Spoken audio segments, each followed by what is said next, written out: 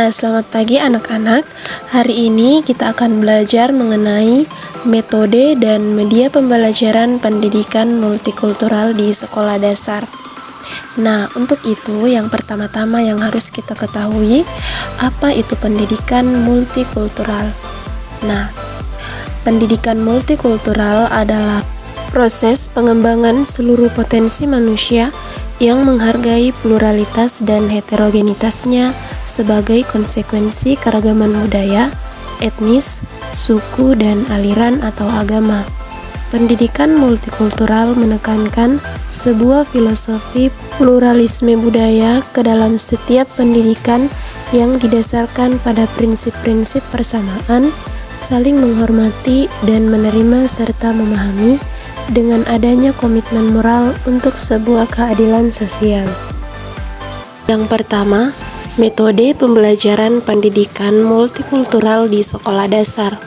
Nah, menurut Darmadi pada tahun 2007, metode pembelajaran adalah cara yang ditempuh oleh guru untuk menyampaikan materi pembelajaran sehingga tujuan pembelajaran dapat dicapai dengan baik. Macam-macam metode pembelajaran dalam pendidikan multikultural ada 4. Yang pertama, metode kontribusi. Yang kedua, metode pengayaan. Yang ketiga, metode transformatif. Dan yang keempat, ialah metode pembuatan keputusan dan aksi sosial.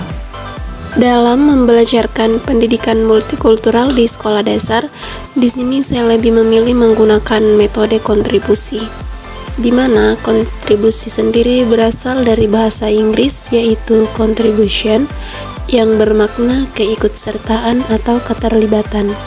Jadi, metode kontribusi merupakan cara guru dalam menyampaikan materi yang mengikutsertakan peserta didik untuk memahami dan menghargai budaya lain yang berbeda dengan dirinya. Metode ini diterapkan dengan mengajak siswa untuk berpartisipasi dalam memahami dan mengapresiasi kultur lain yang berbeda dengan dirinya. Nah, menurut saya metode ini sangat cocok diterapkan saat mengajarkan pendidikan multikultural di sekolah dasar, karena dengan metode ini siswa diajak untuk bisa menghargai sesamanya walaupun mereka berbeda dari segi manapun. Misalnya, ada siswa yang berasal dari budaya Jawa, kemudian dia memiliki teman di sekolah yang berasal dari budaya Papua. Tentunya mereka akan saling menghargai apabila kita mengajarkan kepada siswa pendidikan multikultural dengan menggunakan metode kontribusi ini. Mereka tidak akan saling mengejek karena memiliki warna kulit yang berbeda dan perbedaan-perbedaan lainnya.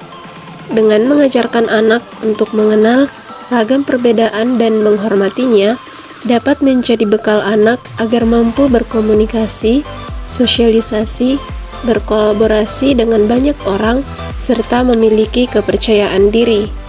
Dalam metode ini, siswa diajak untuk melakukan aktivitas bersama, misalnya membaca buku bersama dengan teman-temannya yang mungkin di antara mereka memiliki perbedaan. Entah itu perbedaan dari segi budaya, suku, ras, agama, dan lain-lain. Dengan melakukan aktivitas bersama, mereka bisa saling berbaur dan bergaul satu sama lain. Dalam dunia pendidikan, guru hendaknya mengikut sertakan siswa dalam memahami bahwa walaupun individu yang satu berbeda dengan individu yang lain, mereka tetap memiliki hak yang sama dalam memperoleh pendidikan. Dalam pendidikan multikultural, juga perlu dilindungi dari halangan akibat perbedaan pendapat atau situasi politik. Maka dari itu, dalam pendidikan perlu dijamin adanya kebebasan berpendapat dan rasa saling menghargai pendapat antara satu dengan yang lainnya. Selain itu, siswa juga diajak mengapresiasi event-event keagamaan maupun kebudayaan yang terdapat dalam kehidupan masyarakat. Pengampu pendidikan, ini berupa kepala sekolah atau guru, bisa melibatkan peserta didik di dalam pelajaran atau pengalaman yang berkaitan dengan event-event tersebut. Dalam hal tertentu, peserta didik juga dapat dilibatkan untuk mendalami sebagian kecil dari kepelbagaian dari setiap tradisi kebudayaan maupun keagamaan. Kemudian yang kedua, media pembelajaran dalam pendidikan multikultural di sekolah dasar. Namun sebelumnya itu, kita perlu mengetahui apa itu media pembelajaran. Ada yang tahu? Jadi media pembelajaran merupakan salah satu cara atau alat bantu yang digunakan guru dalam proses belajar mengajar. Hal ini dilakukan untuk merangsang pola pembelajaran agar dapat menunjang keberhasilan dari proses belajar mengajar sehingga kegiatan belajar mengajar dapat efektif untuk mencapai tujuan yang diinginkan. Di sini saya menggunakan media audiovisual.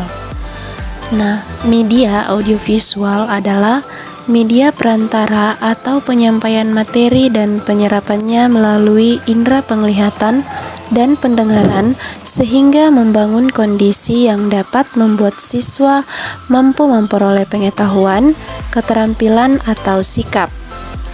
Media audiovisual memiliki karakteristik utama yaitu gambar yang bisa bergerak disertai dengan unsur suara.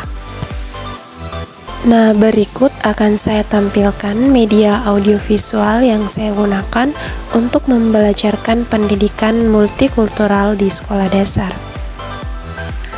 Hai semuanya, kembali lagi di channel YouTube Juliana Diana. Pelajaran kita hari ini yaitu tentang cara menghargai keragaman agama, suku, ras, budaya, dan gender di Indonesia ya. Tentu saja bersama Ibu Juli. Anak-anak tahu tidak, sikap menghargai itu disebut dengan toleransi. Ibu kasih tahu ya. Toleransi itu berasal dari bahasa Latin loh anak-anak, yaitu tolerare. Artinya sabar membiarkan sesuatu. Jadi, toleransi adalah menghargai segala perbedaan yang ada dengan sesama manusia. Sekarang kita tahu nih, Indonesia sangat beragam. Mulai dari sukunya yang beragam, budaya yang beragam, agama yang beragam, ras yang beragam, gender yang beragam, kegiatan ekonomi yang beragam, dan masih banyak lagi keragaman-keragaman di Indonesia. Kita harus dapat menerima keberagaman itu dengan bijak. Karena keberagaman itu yang membuat Indonesia kaya akan budaya. Karena keberagaman itu yang membuat Indonesia menjadi unik. Anak-anak, sekarang yang menjadi pertanyaannya, bagaimana ya cara untuk bertoleransi terhadap suku, budaya, agama, ras, dan gender itu? Kita pelajari satu persatu ya. Cara yang pertama yaitu toleransi dalam keberagaman agama. Caranya yaitu yang pertama, tidak menghina agama yang diyakini orang lain, kemudian tidak memaksakan agama tertentu terhadap orang lain, kemudian beribadah dengan baik sesuai dengan ajaran agama yang dianut, kemudian hormat menghormati dan saling bekerja sama antar umat beragama, bebas memeluk agama sendiri. Anak-anak tahu tidak bahwa toleransi terhadap keberagaman agama juga tertuang dalam Undang-Undang Dasar 1945 Pasal 29 ayat 2 yang berbunyi, negara menjamin kemerdekaan tiap-tiap penduduk untuk memeluk agamanya masing-masing dan untuk beribadah menurut agamanya dan kepercayaannya itu. Sekarang kita lihat yang kedua ya, yaitu toleransi dalam keragaman suku dan ras. Caranya yaitu yang pertama, baik terhadap siapapun tanpa membedakan suku dan rasnya. Kemudian, menerima suku dan ras bangsa lain.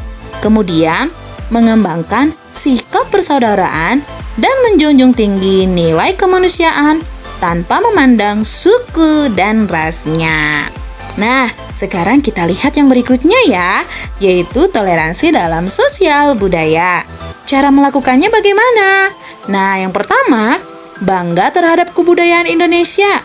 Kemudian, menyaring budaya asing yang masuk ke Indonesia. Kemudian, mau mempelajari budaya Indonesia. Kemudian, menghargai kebudayaan suku atau bangsa lain. Kemudian, melestarikan budaya Indonesia. Nah, kemudian kita lihat nih toleransi terhadap perbedaan gender. Nah, anak-anak tahu tidak perbedaan gender itu artinya apa? Nah, perbedaan gender artinya perbedaan antara laki-laki dan perempuan. Nah, sekarang cara melakukannya bagaimana ya? Cara untuk bersikap toleransi terhadap gender ini. Caranya yang pertama yaitu tidak membeda-bedakan antara laki-laki dan perempuan karena laki-laki dan perempuan memiliki tanggung jawab dan kesempatan yang sama. Nah, supaya lebih paham, Ibu kasih contoh nih yang pertama. Baik laki-laki dan perempuan memiliki tanggung jawab yang sama untuk membersihkan ruangan kelas. Contoh berikutnya nih, laki-laki dan perempuan memiliki kesempatan yang sama untuk dipilih menjadi ketua kelas. Nah, sudah paham ya tentang perbedaan gender dan toleransinya? Nah, sekian pelajaran kita hari ini. Semoga bermanfaat.